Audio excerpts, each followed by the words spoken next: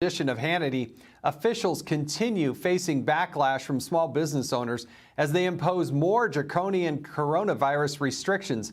Last night, Dirty Jobs host Mike Rowe joined Hannity to discuss the new measures. Take a look.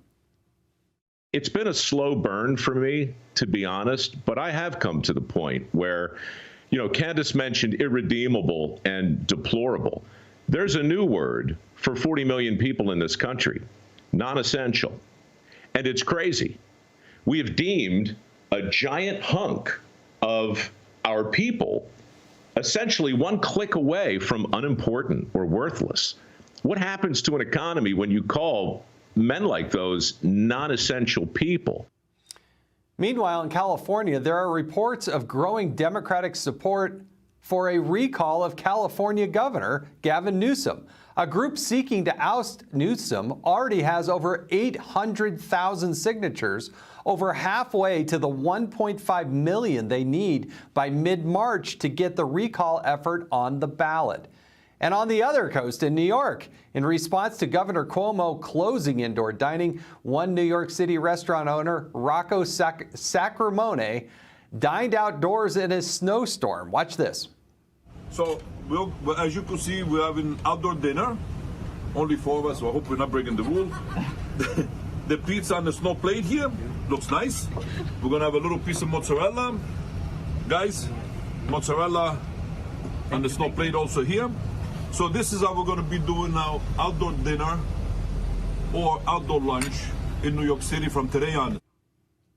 Joining us now with more is the New York City restaurant owner you just saw, Rocco Sacramone. I hope I pronounced your last name right. And Fox News contributor Emily Campagno. I know I pronounced her name right. Rocco, thanks for joining us here.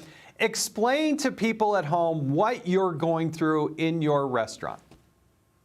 Hi, thanks for having me on, Jason. Well, it's really tough times right now for the restaurant, any restaurant in the city. The motive of that video is not to mock anyone, but it was just to show how it's almost impossible to have dinner outside in New York City in the month of December in the middle of a snowstorm, or rather it's when the temperatures are in the 20s and 30s.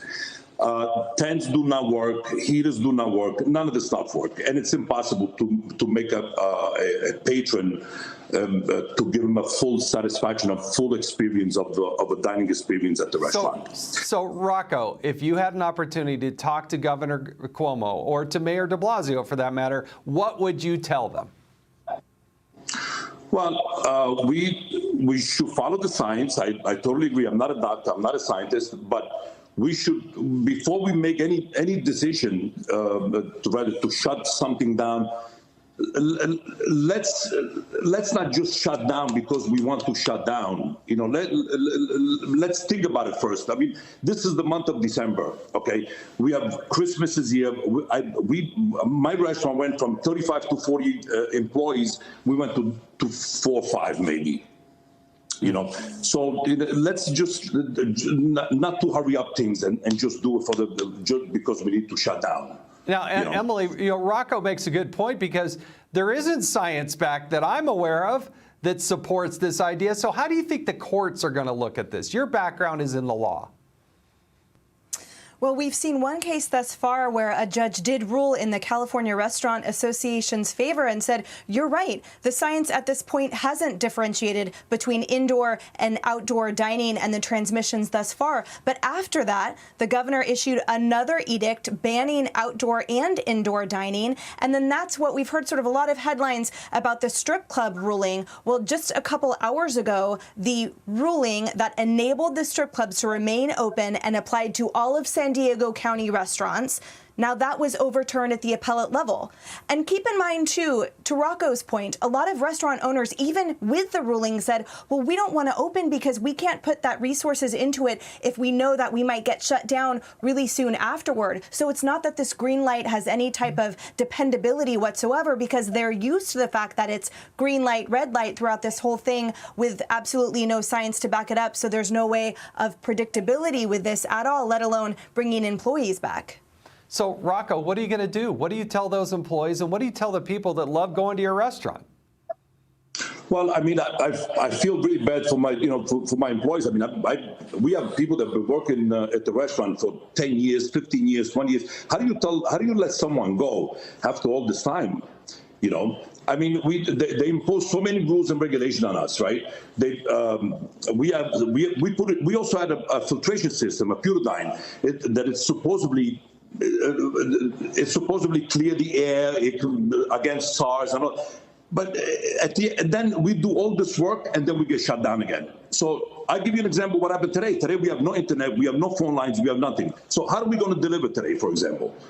How do there's no solution to this problem. I mean, we just keep on dragging it. Emily, Rocco, your food looks great, and I wish you the best. Emily, I've got about 15 seconds here. Can these people like Rocco prevail in the courts? I hope so. As an attorney and just as an American, my heart goes out to you, Rocco. Your food looks delicious, and I do hope that we will see some type of comfort for all of you. I got to tell you, Rocco, you represent a lot of people from coast to coast because business is hard enough.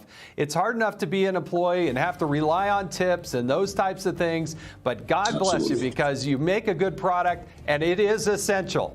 So thank you so much for that.